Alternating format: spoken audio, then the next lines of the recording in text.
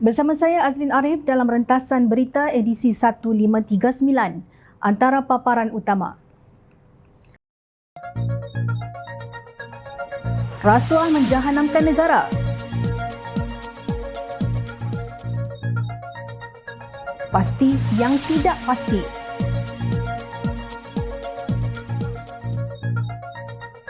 Kaki terjah PN kena sekolah.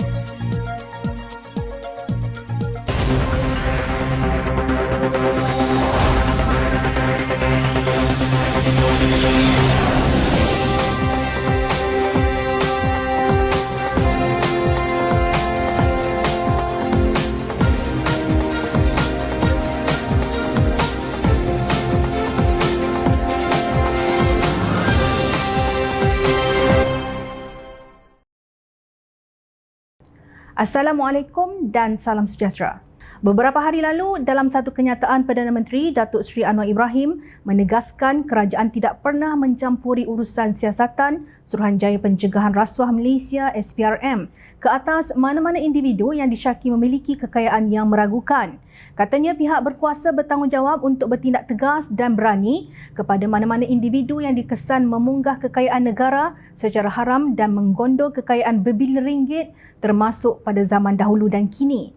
Masyarakat termasuk pemimpin di negara ini perlu terus memberikan sokongan penuh terhadap siasatan berkenaan.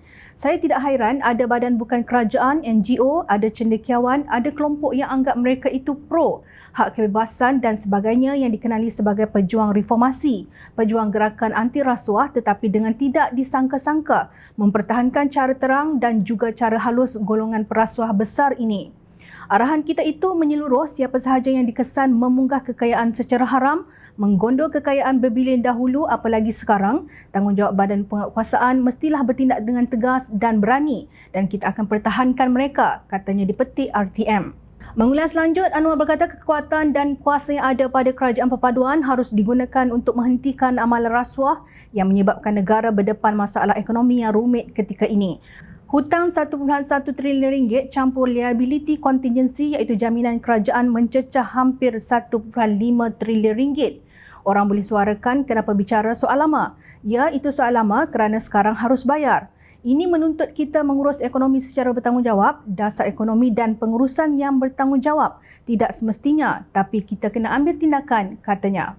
Dalam ketegasan itu, rakyat Malaysia dikejutkan dan terasa sangat malu dengan apa yang berlaku beberapa hari lalu. Polis Bukit Aman sedang menyiasat klip video tular yang memaparkan seorang polis trafik yang didakwa mengambil RM100 daripada dua pelancong asing dengan alasan untuk menjelaskan saman memandu laju.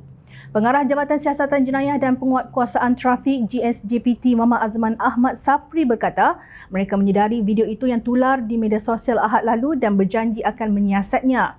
Pihak JSJPT mengambil maklum akan kejadian yang berlaku dan siasatan terperinci sedang dijalankan bagi menyiasat dakwaan tersebut serta tidak akan bertoleransi dengan sebarang salah laku oleh mana-mana pegawai dan anggota yang terlibat. Katanya dalam satu kenyataan di Petik Malaysia Kini. Muhammad Azman turut menggesa pihak yang mempunyai maklumat berhubung kejadian itu tampil membantu siasatan. Klip video itu yang mula beredar di Twitter pada Ahad menunjukkan pelancong dari United Kingdom mahu disaman oleh polis trafik kerana didakwa memandu laju di Lebuh Raya. Salah seorang pelancong yang memandu van itu kemudian bertanya kepada polis tindakan yang perlu mereka lakukan seterusnya dan polis berkata mereka mempunyai dua pilihan. Polis trafik berkenaan kemudian berkata mereka mempunyai pilihan sama ada membayar saman di balai polis atau di lokasi itu. What do we have to do? Aisyah Zaman lah. Aisyah Zaman for you and you pay at police station kan? Okay, perfect. Can. Or pay here. It's up to you. Which is normal? Pay at police station 300. Okay, perfect. Okay, pay here 100. Can? Oh, can we pay 100 here? Yes, yes. Perfect. Can eh? Can. Can. 100. Okay, dek. Y at 5 AMK. Okay. Do you need to see our paperwork? Okay, no. No? Done. Okay. Settle. Okay, ah? Thank you very much. Pelancong itu kemudiannya berkongsi rakaman video berkenaan di saluran YouTube mereka. Difahamkan bahawa pelancong itu mengembara ke seluruh dunia dengan van mereka dan mempunyai pengikut yang ramai di YouTube. Menurut video asal yang dimuat naik di saluran itu kira-kira 6 jam lalu, kejadian itu berlaku pada bulan Disember dan Malaysia merupakan negara ke-37 yang mereka lawati. Difahamkan kejadian itu berlaku di Perak. Bukankah ia sesuatu yang amat memalukan? Di mana kita sebagai rakyat hendak letak muka jika rasuah sebegini dilakukan oleh pasukan penguatkuasa undang-undang negara. Tolonglah penjawat awam, badan beruniform, badan penguatkuasa, sesiapa sahaja yang berlabel rakyat Malaysia. Ini amat memalukan di mana maruah diri anda ketika berbuat demikian. Rasuah mengikis kemampuan sesuatu sistem kerana ketidaktertiban prosedur dan kemerosotan sumber daya usaha. Rasuah menghancurkan kepercayaan masyarakat terhadap sistem-sistem yang ada. Rasuah meruntuhkan nilai bangsa dan menjahanamkan negara. Sebuah kumpulan yang menamakan organisasi mereka sebagai Hak Pasti telah melahirkan rasa kecewa terhadap pihak berwajib. Pengabaian untung nasib tenaga kerja rangkaian institusi seluruh negara, institusi prasekolah milik Parti Islam Malaysia PAS dikenali sebagai pasti dilakukan oleh majikan mereka. Antara dakwaan Hak Pasti, tenaga kerja pasti menerima gaji bulanan sebanyak antara RM400 dan RM600 sahaja, jauh lebih rendah daripada amaun gaji minimum yang diisytiharkan kerajaan. Selain itu, tenaga kerja pasti tidak mencarum di KWSP dan Perkeso. Ini merupakan satu kesalahan majikan yang serius di sisi undang-undang.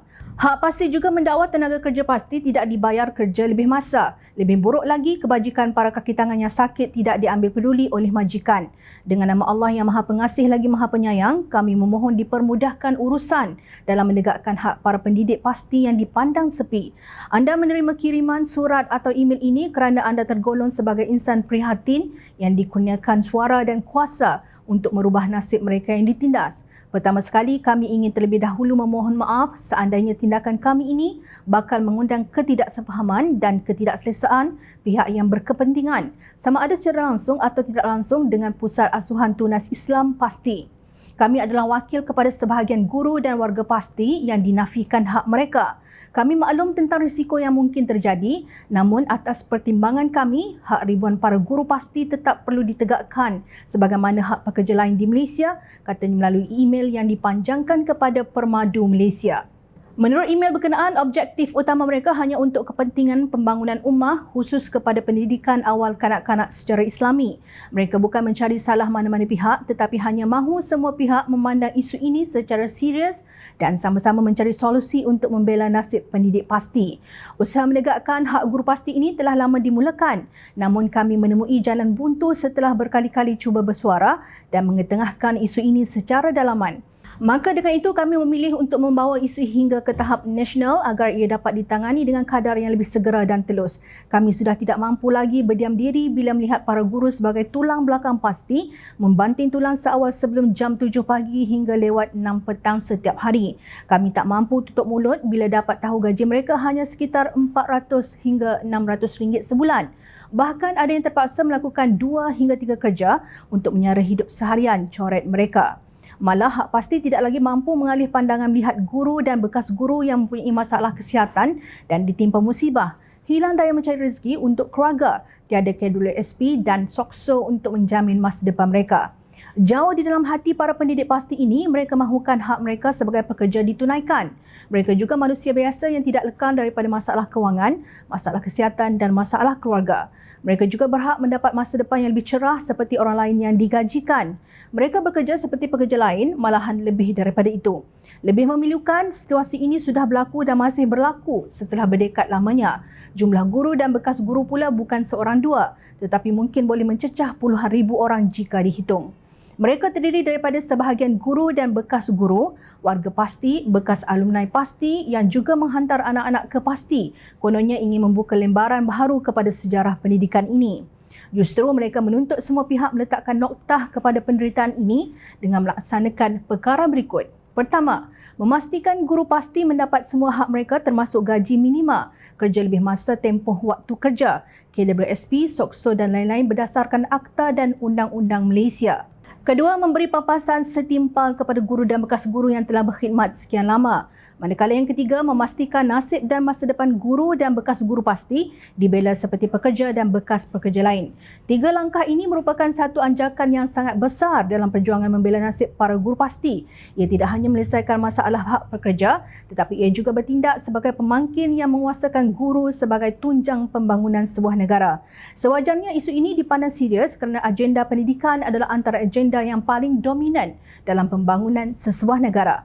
Semua sedia maklum status pasti dan kaitannya dengan entiti kepartian. Namun, di mana hak guru pasti? Jawapannya sudah pasti ada pada Presiden PAS, Tan Sri Abdul Hadi Awang dan timbalannya Datuk Seri Tuan Ibrahim Tuan Man. Rakyat menanti kupasan bijaksana kalian berdua. Bab mengamuk dan menggila tanpa tahu hujung pangkal, serahkan sahaja kepada para pengikut dan penyokong Perikatan Nasional PN, khususnya kepada tentera cyber upahan mereka. Kemarin, ciapan balas Menteri Besar Selangor Datuk Seri Amiruddin Syari yang menyekolahkan penyokong Perikatan Nasional berhubung peruntukan pembangkang di negeri itu mengundang reaksi ramai. Menerusi tangkap layar tular, seorang individu melabel Amiruddin sebagai celaka kerana hanya memberikan peruntukan sebanyak RM50,000 kepada blog itu yang bersamaan dengan RM833 sebulan. Amiruddin kemudian membalas pada ciapan itu menjelaskan bahawa perkara tersebut tidak benar kerana RM50,000 yang diperuntukkan adalah untuk pejabat sahaja. Beliau juga sempat membalas sinis mengatakan Tan Sri Abdul Hadi Awang ketika menjadi Menteri Besar Terengganu juga tidak pernah memberi peruntukan kepada pembangkang dan bertanya adakah itu juga dikira sebagai celaka. Tak betul RM50,000 itu adalah untuk pejabat sahaja. Nanti Februari baru keluarkan jumlah yang dipersetujui. Tuan Guru Hadi Awang masa jadi Menteri Besar Terengganu pun 1 sen tak bagi pembangkang. Celaka tak dia, balas Amiruddin. Untuk rekod, dalam satu kenyataan media pada November tahun lalu, Kerajaan Selangor dilaporkan akan menyalurkan peruntukan awal berjumlah 1.1 juta kepada 22 ahli Dewan Undangan Negeri pembangkang di negeri itu dalam tempoh terdekat. Menteri Besar berkata peruntukan sebanyak RM50,000 untuk setiap wakil rakyat pembangkang itu bagi membantu mereka menyediakan keperluan dan pengurusan pejabat di pusat khidmat kawasan masing-masing.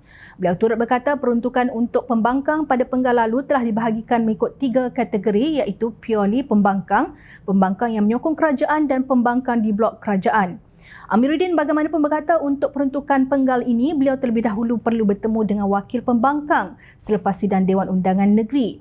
Saya sudah nyatakan secara lisan tetapi belum dapat permintaan lagi dari mereka.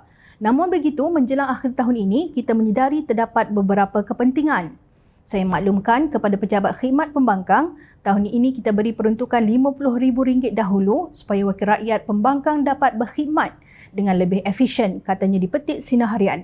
Beliau berkata demikian ketika menjawab pertanyaan Adun Sementa Nur Najahan Muhammad Saleh PN berhubung jumlah peruntukan Adun dalam sidang DUN Negeri Selangor. Dalam pada itu, Amiruddin berkata jumlah peruntukan bagi wakil rakyat kerajaan pula ditentukan mengikut jumlah pengundi atau penduduk di kawasan masing-masing. Kalau jumlah pengundi kurang 40,000, maknanya kita akan berikan peruntukan sebanyak RM750,000, manakala untuk jumlah pengundi dari 40,001 hingga 55,000, kita berikan peruntukan RM800,000. Jumlah pengundi 55,000 hingga 70,000 pula kita berikan peruntukan RM850,000. Untuk kawasan ada 70,000 hingga 90,000 pengundi, kita sediakan RM900,000. Jumlah penduduk lebih 90,000 kita akan peruntukkan sebanyak RM950,000 jelasnya. Ciapan balas tersebut mengundang reaksi ramai selepas Saitro PN yang memang jenis manusia kaki terjah tanpa tahu cerita kena tapau dengan Amiruddin. Kasihan penunggang agama hendak sepil Menteri Besar Selangor tapi terus tercedok, dia menghilang entah ke mana.